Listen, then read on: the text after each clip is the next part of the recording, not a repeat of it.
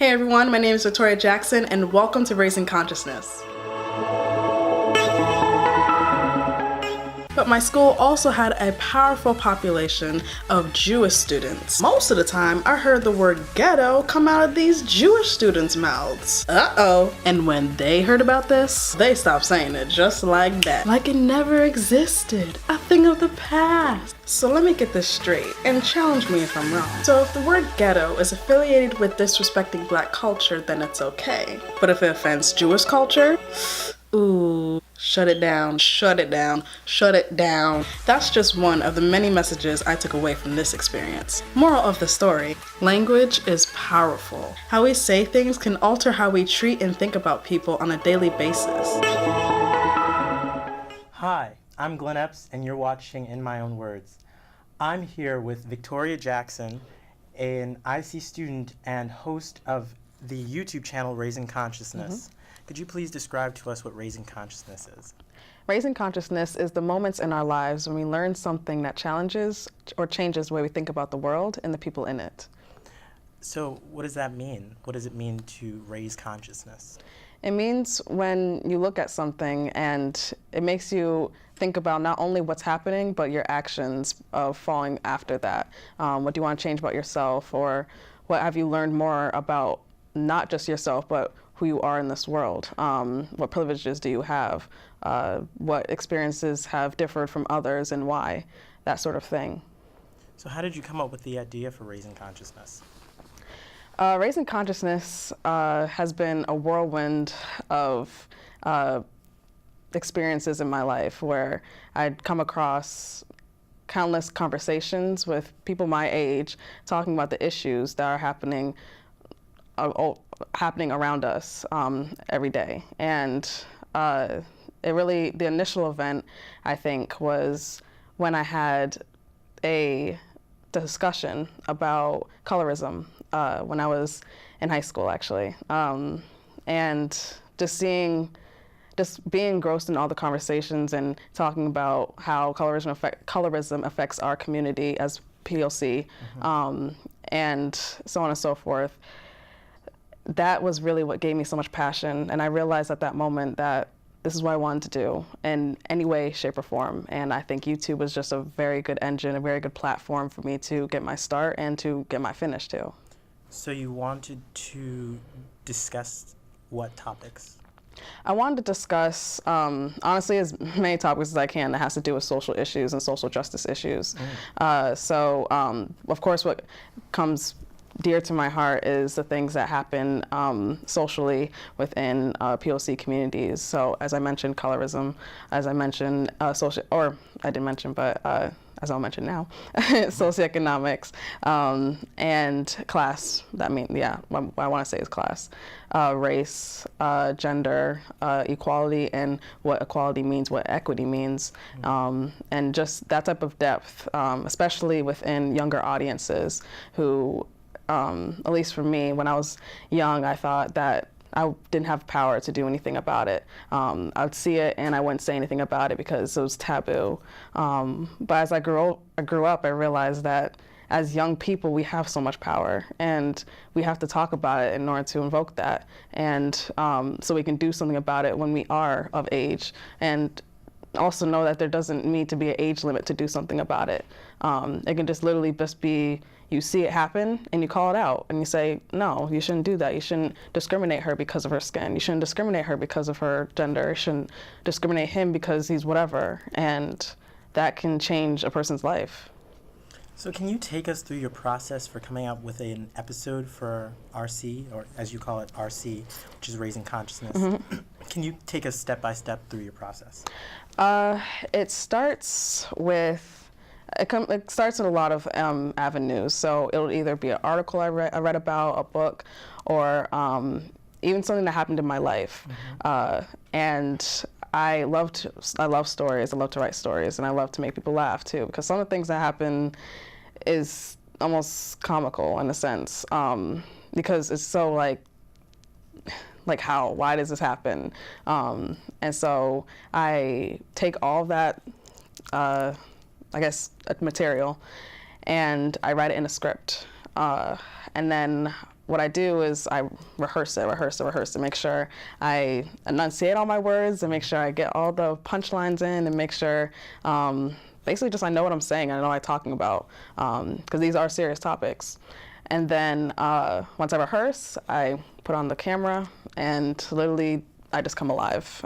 That's it. So you said you get your information from articles? Mm-hmm. What do you read? I read mostly articles that I see on Facebook, so Huff Politics, yeah, I know, millennial stuff. But honestly, it's so like awesome. Like sometimes even things on articles on Snapchat too. Like I'd be surprised like the things I learn on there. But also Huffington Post, Atlanta Black Star. Yes, the Black on BT, and I also read BuzzFeed and that sort of thing. I think it's interesting that you use such millennial resources like Snapchat and Facebook to come up with your ideas.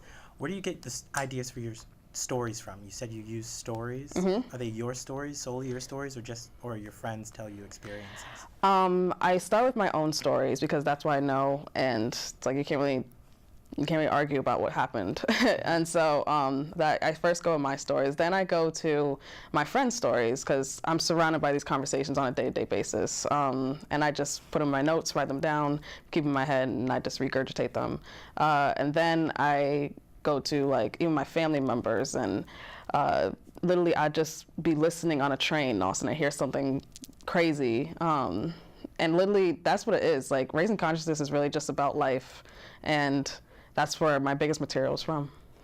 Okay, so you have a segment on your show called RC Story, which is Raising Consciousness Story. It's kind of like a story time. And you said on that the importance of RC Story is to understand that we don't live in a post-anything. Yes. What does that mean, a post-anything?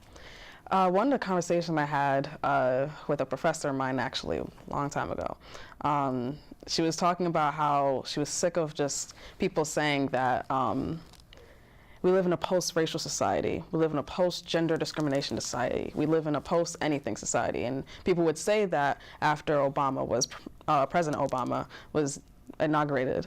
And basically their thought was that we don't live in a racist anything anymore. And that is far from the truth. And we can see that with even our election that happened now, where that hatred comes from. So I wanted to give light to my audience because I know I'm not the only one that's going through these things. And I would like the audience to reach out and share their own stories about what they had to overcome and what they hold dear to themselves and what has challenged the way they think about the world. Okay, so in RC Story, you share about your own experiences, and you also shared an experience of someone, I don't know who it was anonymous, a movie theater experience where they went to the movie theater and their mother was mistaken for their nanny. I was going to the movies with my mom and dad one time. My dad was still parking the car, so my mother, a U.S. citizen / Chinese immigrant, and I were buying popcorn.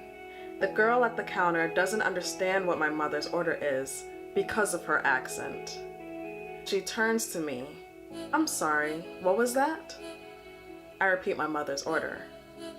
Then, as my mother goes to put the powdered caramel on my popcorn, the girl comments to me quietly. It's so nice of you to go out with your nanny. But I think it was really profound that episode tied in with the So Ghetto episode and your inflection on how powerful language was and is. And the So Ghetto episode is where you say you sat in class and you heard students who were Jewish use and throw around the term ghetto all the time until they learned that the ghettos were actually a place where Jews were sent to. It was part of their history as well. Yeah. What you ended in saying that language and history are powerful tools. Can you talk about that a little bit more? So I believe that something that surrounds us so much, it has to have some power in it. Like we cannot communicate right here and now without language. And I think there's levels to language as well. It's how you say it and what you say. And there's a reason why there's people in this world that are dry society are forced to stay quiet about the things that happen, and people are elevated about the things that happen, or they think that happen. And that should show that there is a power to language, there is a power to silence as well. We live in a culture, and this also can supersede to internationally too. We live in a culture where if you don't talk about the issues, it's almost like, oh, it's not even there. It is there. You also have an episode called Where Am I From? Yes. It's an episode where you talk about finding out that you have Sierra Leone's a background in Sierra Leone. Your origins are found in Sierra Leone. And it did not go in the direction that I thought it was going to go. Based on the usual ground that you cover in your episodes, I expected for you to mention or discuss people who are constantly asked, where are you really from? But instead you spoke about your own experience and wondering where you're from.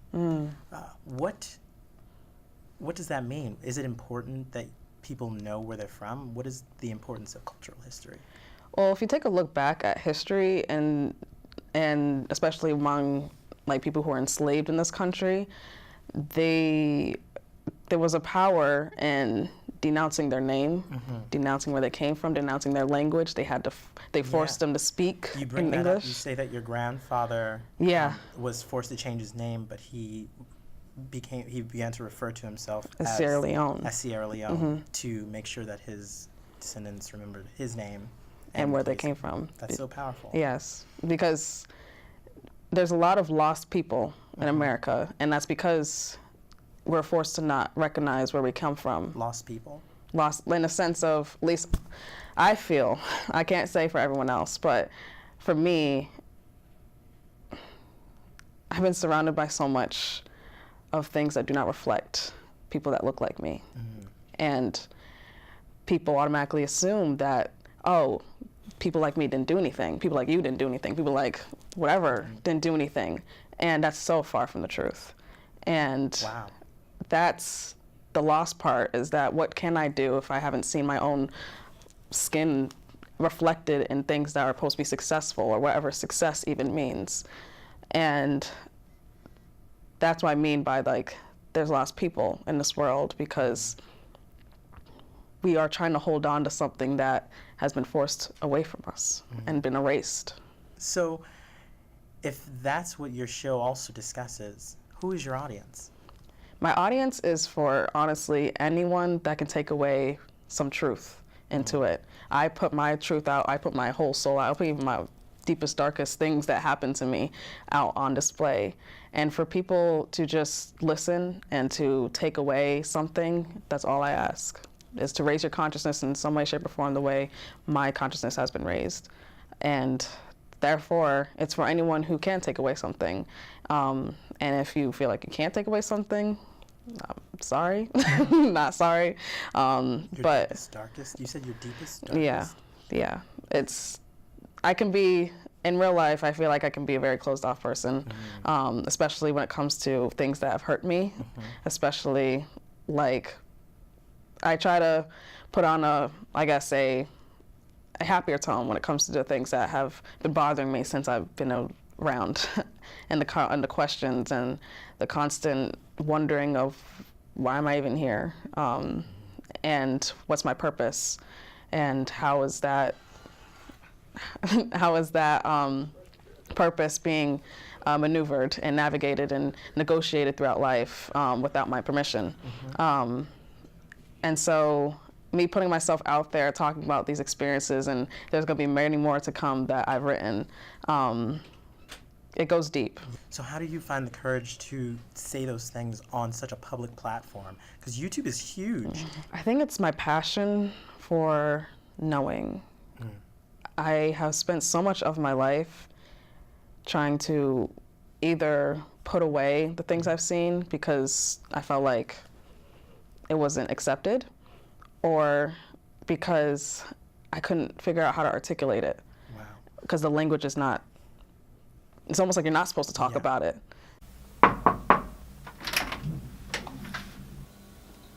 I gotta talk to you real quick.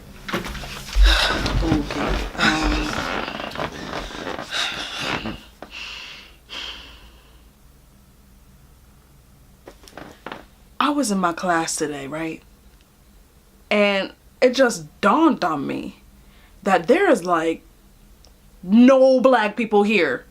Did you notice that? I noticed it. Did you notice that though? She obviously has not seen my debut video. So, do you think you're effectively covering the issues that you want to talk about? If you are saying it from the heart and I'm putting things that have happened in my life, I don't see the wrong in it because it's real. It's happened. It happens, and the RC story has happened to others as well. So I feel like I'm putting a different spin to, I guess, maybe what is deemed right to do things because, Wow. it's hard to explain, but I understand. yeah. I understand. I think you're saying there's no wrong way to talk about this subject.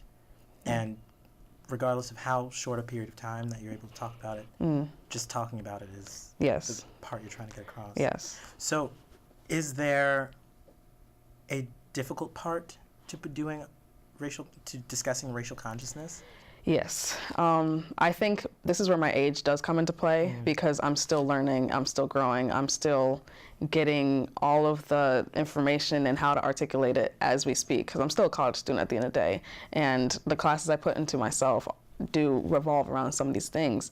And so that's the most difficult part is to, as soon as I do a video, like I record a video, I put it up, as soon as I do that, the next day I'm like, oh, I could have did it so much better because oh, I just learned something new. I just learned like how to say it now, and I just come to the realization that as long as it's out there, and I just get better with the next time and the next time, then I'll be satisfied. Is there a reward? Really? Yeah, like I don't think that there should be a reward process in place because I just want to see a different world, like I want to see, like, I don't want to walk down my room and hear monkey noises when I go to my room. I don't want to hear that. I just want to go to my room, listen to my music. I don't want to hear my mom have to deal with all the stuff at her job because of the skin color and her gender. I don't want to see that. I don't want to hear that because at the end of the day, it's so unnecessary. Like, why does that have to be in her mind when she has so many things? And it's just, the reward, if that can be called a reward, is to actually live in a place where this unnecessary nonsense can just come to an end. Wow.